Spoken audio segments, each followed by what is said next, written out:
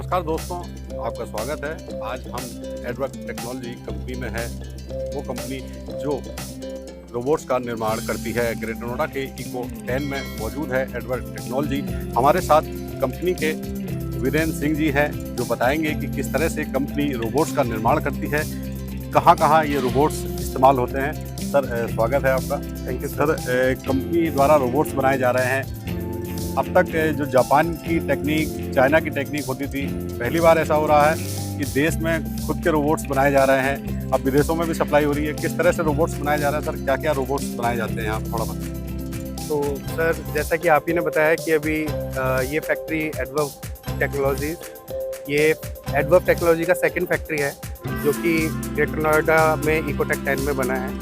ये total 6 lakh square feet का plot area में बना है और यहाँ पे हम डिफरेंट टाइप के रोबोट्स अभी मैन्युफैक्चरिंग शुरू कर दिए हैं बनाना, जिसमें कुछ रोबोट्स हैं 2 टाइप का। अगर ऑटोमेशन की बात करते हैं, warehouse automation and mobile robotics की बात करते हैं हम लोग तो ये विश्व का सबसे बड़ा मोबाइल रोबोटिक्स प्लांट है, जिसमें हम सालाना 1 लाख तक डिफरेंट टाइप के रोबोट्स हम यहाँ पे प्रोड्यूस कर सकते हैं। सर, ये जो रोबोट्स हैं यहाँ पे QR कोड लगे हुए हैं, ये QR कोड किस तरह से वर्क करते हैं, थोड़ा सा इसके बारे में बताइए। तो सर, जो QR कोड अगर आप देखेंगे तो सर, ऑटोमेशन में अगर हम देखते हैं तो 2 टाइप से ऑटोमेशन रहता है। एक रहता है फिक्स टाइप, एक रहता है फ्लेक्सिबल टाइप। तो जो फिक्स टाइप रहता है उसमें आपके जो भी रोबोट्स हैं वो एक फिक्स डायरेक्शन में और फिक्स रूट पर ही चलते हैं। अगर आप इन सब में बात करेंगे, जो QR कोड बेस्ड सिस्टम है, this QR code based system and natural navigation system जो रहता है, this called the flexible automation. तो इसमें जो भी रोबोट्स रहते हैं वो सारे QR कोड्स के थ्रू और नेचुरल नेविगेशन के थ्रू अपने रूट्स पर चलते हैं बेसिकली। सर, जो वर्क कर रहे हैं किस तरह के रोबोट्स हैं, इसके बारे में थोड़ा सा बताएं। तो सर, ये जो रोबोट्स है ये AMR 200, ये डायनामो 200 है, जो कि एज ए कैरियर रोबोट को मतलब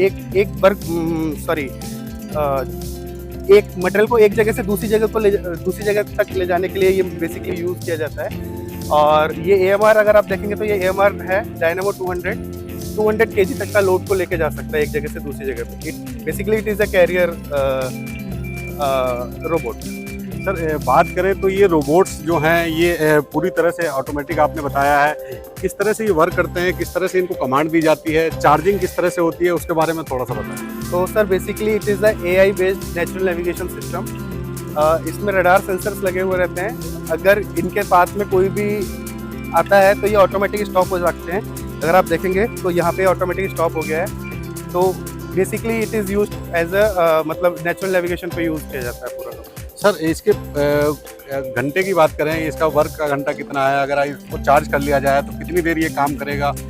थोड़ा तो एक बार ये चार्ज करने पर सर 6 से 7 घंटे, 8 घंटे तक भी मतलब अपने जो भी इसको टास्क एलोकेट होता है उसके हिसाब से 8 घंटे तक एक बार चलने मतलब फुल चार्ज होने के बाद काम कर सकता है।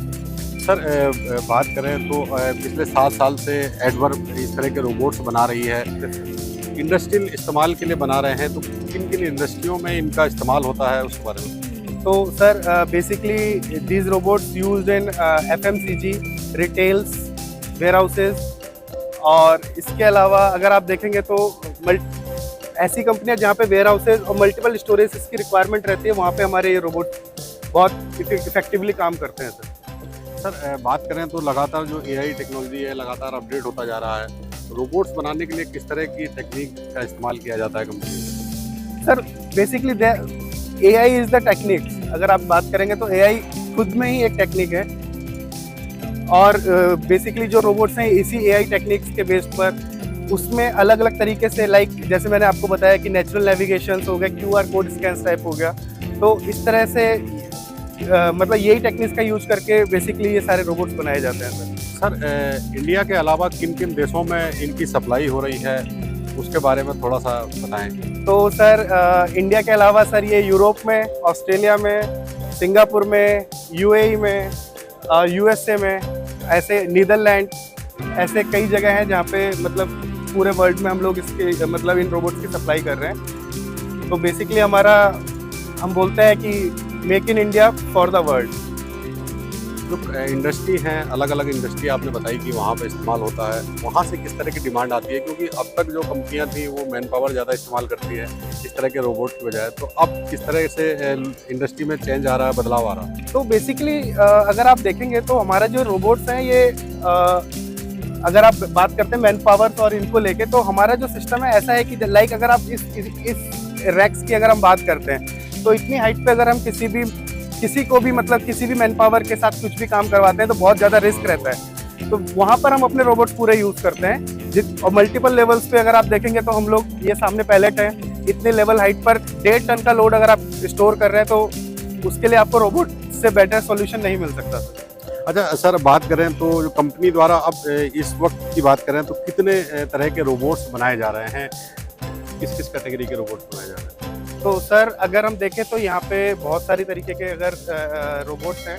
कुछ रोबोट्स हैं सॉर्टेशंस के लिए यूज़ होते हैं, कुछ मटेरियल ट्रांसफ़र के लिए यूज़ होते हैं, कुछ रोबोट्स हैं जो स्टोरेज के लिए यूज़ होते हैं, कुछ रोबोट्स हैं जो सॉर्टेशन के लिए यूज़ किए जाते हैं, कुछ हैं जो जिनको बिन पिकिंग के लिए यूज़ किया जाता है। तो इस तरह से कई टाइप के रोबोट्स हैं जो हम लोग यहाँ पर बना रहे हैं।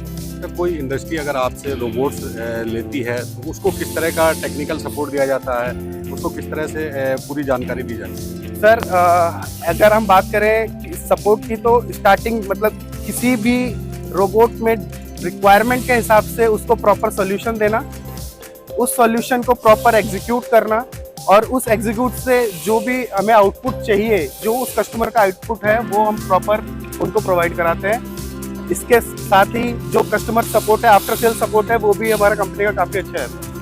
तो अब 1 लाख रोबोट्स बनाने की तैयारी चल रही है, कब तक कंपनी टारगेट पूरा कर लेगी, कितनी तैयारियां पूरी हो चुकी है? सर बेसिकली हमारा जो कैपेसिटी है वो भी 1 लाख बनाने की है capacity. Based on the project, जैसे जैसे प्रोजेक्ट हमारे पास आते जाएंगे हम लोग अपनी रिक्वायरमेंट के हिसाब से उसको अपनी जो भी रिक्वायरमेंट्स है वो पूरी फुलफिल करते रहेंगे सर कस्टमर्स के। तो ये थे वीरेंद्र सिंह जी जो एडवर्ड टेक्नोलॉजी में काम करते हैं। इन्होंने बताया कि ये कंपनी का जो नया प्रोजेक्ट है इकोटेक 10 में, यहाँ पर करीब 1 लाख रोबोट्स हर साल बनाने का टारगेट रखा गया है। लगातार यहाँ पर मैन्युफैक्चरिंग चल रही है, अलग अलग जो इंडस्ट्रियल कंपनियों में काम करने वाले रोबोट्स हैं उनका निर्माण कराया जा रहा है। इसी तरह के वीडियो देखने के लिए जुड़े रहिए हमारे साथ।